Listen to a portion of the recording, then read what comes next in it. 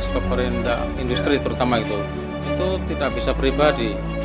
Itu sistemnya harus kelompok.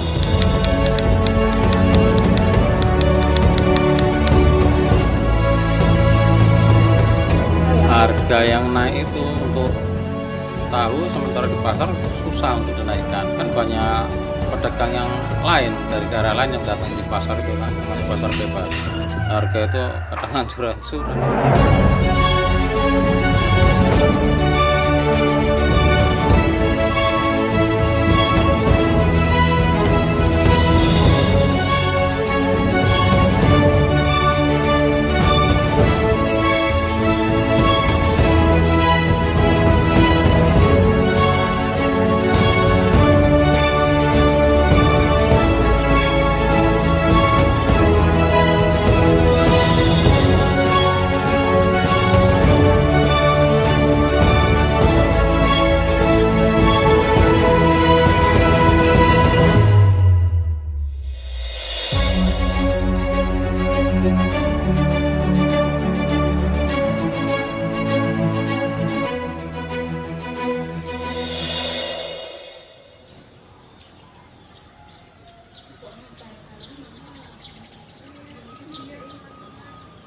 Waktu awal pertama kali mendirikan itu dapat ilmunya dari mana? Itu dari keluarga istri. Keluarga istri, memang Dari turun-temurun iya, tahu turun-temurun ya? ini udah generasi yang ketiga. Ini udah generasi Iya. ketiga. Yang terlibat dalam usaha ini siapa aja kira-kira?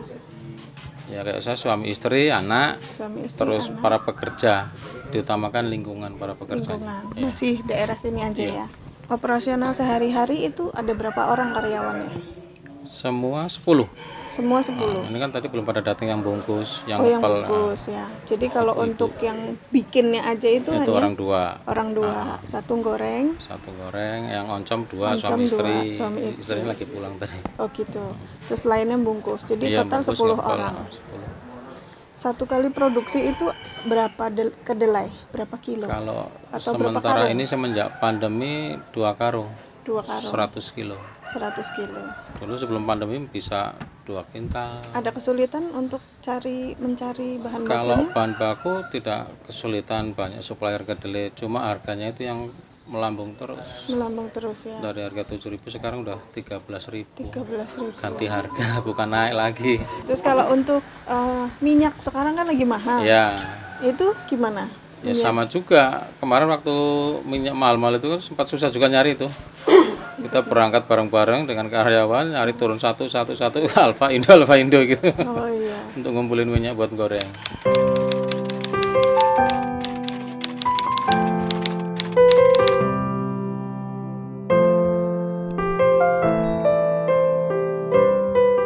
Vlog ini disponsori oleh Akustik Gitar, Jalan Pramuka, Raja Basah, Jalan Pulau Batam, Wai Halim Permai, Jalan Imam Bonjol, Gedung Air, Jalan Melati 3, Pringsewu Timur.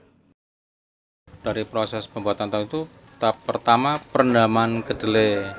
Perendaman kedelai itu kita rendam dari jam 3 pagi, nanti sampai jam 6 itu anak-anak pada datang yang pekerjanya itu baru kuras, udah mekar kan kedelainya kayak tadi itu. Berarti sekitar 3 jam kurang lebih ya? Ya 3-4 3-4 jam. udah mekar, baru takar, masuk penggilingan tadi Penggilingan. itu.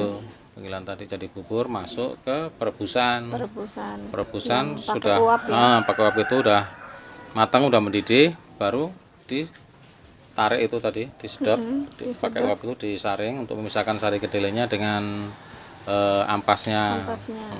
Baru proses apa itu namanya, pembibitannya itu dikasih biang, laru namanya kalau orang Jawa gitu. bilang. Itu ada biangnya ya? Ada biangnya. Ya semacam asam cuka itulah, dicetak. Dicetak. Itu kurang lebih Proses itu 10 menit lah, kurang 10 lebih menit. ya. 10 menit udah jadi padat seperti itu? Iya, dari padat 3 garis dipotong, itu kan sesuai ukuran, kan banyak varian potongannya. Itu Dari yang kecil ya sampai yang besar. Ada yang tahu kepelan itu juga ada? Ada juga yang gede. gitu. Itu kayak kemarin Mas kan ngambil Iya. itu ada 2 kali proses itu kan, udah dipotongin, diikat lagi kayak kain sapu tangan itu, digencet lagi, buang kadar airnya lagi. Oh gitu. Jadi lebih padat. Nah, Terus kalau oncom kan kalau oncom begitu. ampas. Ampas Ampasnya itu harus diinapkan 1 malam. Digencet, buang kadar airnya. Kalau udah baru diayak. Diayak ya. Biar Yang tadi itu ya. mawur ya kan. Itu baru dikukus. Baru Dikukus sampai matang sampai tanek, baru dicetak. Proses pencetakan sampai jadi oncom 2 hari 2 malam. 2 hari 2 malam. Baru bisa dia. Udah keluar Jamur jamur-jamurnya itu ya. warna oranye itu. Jadi kalau oncom itu dia nggak pakai ragi. Nggak pakai ragi. Kalau Kalau yang pakai pakai ragi ragi itu namanya namanya gembus. gembus. Tempe gembus itu pakai ragi tempe. Oh gitu. Jadinya juga putih, nggak Jadinya oranye kayak putih. gitu. Kalau ini kan oranye Kuning, ya. oranye. Terus untuk pemasarannya, Kalau pemasaran kita di pesawaran di pasar Gedung Tataan. pasar Tataan. Sebagian di Pringsewu di terminal itu. Oh, pasar terminal. Itu mereka yang ngambil ke sini, Ngambil pedagang ya, pedagang. tetangga-tetangga gitu, ngambil Itu ke jam 2 pagi. jam 2 pagi ngambilnya. Iya, ngambil langsung Oh, pasar. jadi ini produksi hari ini nanti di Jual-jual pasar apa besok. dipasarkannya Besok. besok pagi. Iya. Pedagang yang ngambil barang Kita tapi enggak. dari luar daerah nggak ada, Kita pasarkan sendiri. pasarin sendiri. Iya. Atau mungkin penjualan lewat online gitu? Penjualan online enggak sih. Enggak ya, belum ya. Kalau online ya dari turunan tahu itu keripik tahu. Keripik tahu. Kita kan produksi juga keripik tahu. Ada kendala usaha, Om? Kalau kendalanya ya itu Cuma harga ya. harga yang naik itu untuk tahu, sementara di pasar susah untuk dinaikkan. Kan banyak pedagang yang lain dari daerah lain yang datang di pasar itu kan, namanya pasar bebas. Harga itu kadang hancur-hancuran itu. Kita bersaing. Kalau kita naikin harga, Kabur mereka langganan. 100 rupiah aja udah kaburan langganan. Memperluas pasar, tenaganya yang belum ada. Tenaga pemasarnya. Soalnya mungkin banyak kalau ada polusi. orang yang misalnya penjual Mm-mm. dari Pringsewu tapi dia mau jualnya di Ngambil. Pagelaran gitu ya nggak apa-apa ya. masalah. Yang mau kulak dalam arti kulak kan, ya itu ngambil tempat kita nanti jual sendiri harga dengan sama.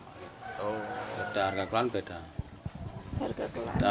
Terserah mau di kayak tahu goreng itu ambil yang mentah digoreng sendiri kan lebih ketemu hasilnya daripada beli yang udah digoreng gitu. Bisa. Ada jumlah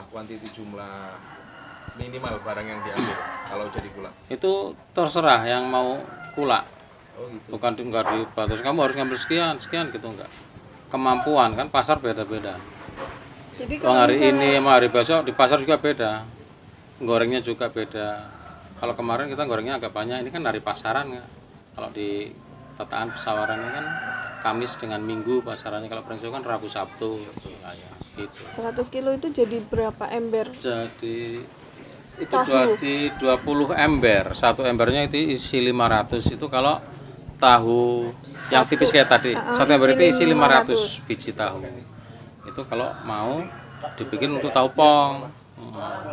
Tapi kalau untuk tahu kepel beda lagi takaran. Kalau Jadinya tahu kepel, sama-sama takarannya 5 kilo, tapi kan dalam pencetakannya kan masing-masing bak itu. jadi kalau tahu yang tipis tadi itu satu ember kan kurang lebih 500. Itu isinya 500. 500. Jadi 500. satu kotak itu 100, 100 ya. iya. Jadi satu ember itu kan Iya. 5 kotak. 5 kotak jadi 500. Kalau tahu kepel tahu ke satu Pel, ember satu ember itu cuma 2 papan, dijadikan 2 papan. Satu tong itu tadi jatuh jadi 2 papan itu. jadi 2 papan. Kan tebel Karena lebih dia lebih tebel. tebel-tebel ya.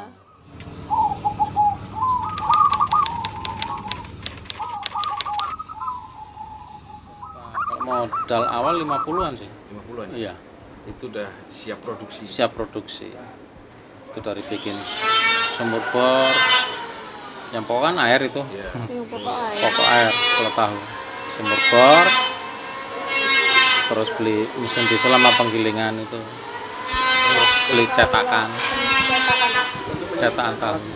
Penyusutan alat ya tetap. Tiap bulan atau status. Itu 3 bulanan lah. Kalau untuk alat cetak itu yang boros alat cetak. Oh. Itu kan dari kayu jati apa kan namanya kena air kan. Keropos ganti. Jadi setiap 3 bulan Iya. ganti. 700.000 Itu pakai garam gitu nggak sih, Om? pakai garam. Untuk karyawan ada sistem kerjanya dari jam 6 Sistem- pagi sampai Terserah dia mau ngerjain, tapi rata-rata dia sistemnya pagi biar lebih awal selesainya, siang udah selesai. Kalau untuk masalah bayarannya, upahnya itu sistem borongan kita. borong. Jadi nggak sistem patokan, kamu saya biar 100.000, kasihan nanti kalau kita produksi banyak. Jadi kemampuan dia kalau pas produksi sedikit ya gajinya segitu, kalau upahnya pas banyak ya upahnya banyak. Jadi penggajiannya pengupahannya berdasarkan Berdasarkan berapa borongan banyak istilahnya, iya berapa dia banyak hasilkan. Setiap Sabtu sore. satu minggu sekali berarti. Iya.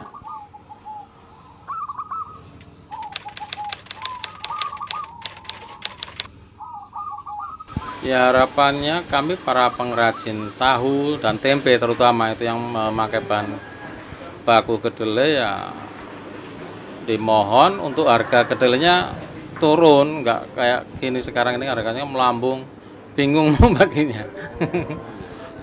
Ditambah dengan harga minyak goreng. Ya proposal untuk pengajuan alat ke Dinas Keperindah Industri terutama itu tidak bisa pribadi. Oh, Itu sistemnya harus kelompok, semacam koperasi, harus berbadan hukum, udah ada notarisnya. Oke sahabat Nusantara, demikian bincang-bincang kita bersama Pak Wawan, pemilik atau owner dari keripik tahu Bu Lis.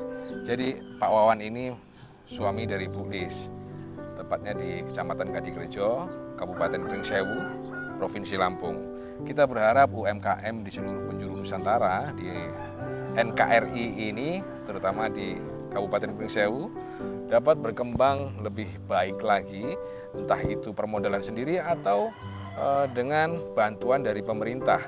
Artinya dengan begitu perekonomian masyarakat semakin makmur ke depannya, karena mau nggak mau pasti membutuhkan tenaga dari masyarakat sekitar, tetangga kanan, kiri, depan, belakang, itu pasti. Oke pemirsa, buat teman-teman yang baru menemukan channel ini dan mau mencoba merintis usaha tahu, nampaknya Anda cocok menemukan channel yang tepat. Jadi untuk itu, jika dirasa video ini bermanfaat, silahkan subscribe, like, dan tinggalkan komentar untuk membangun channel ini lebih baik lagi tentunya. Buat teman-teman yang masih setia, saya mengucapkan terima kasih banyak. Kita jumpa lagi di video berikutnya. Bye-bye.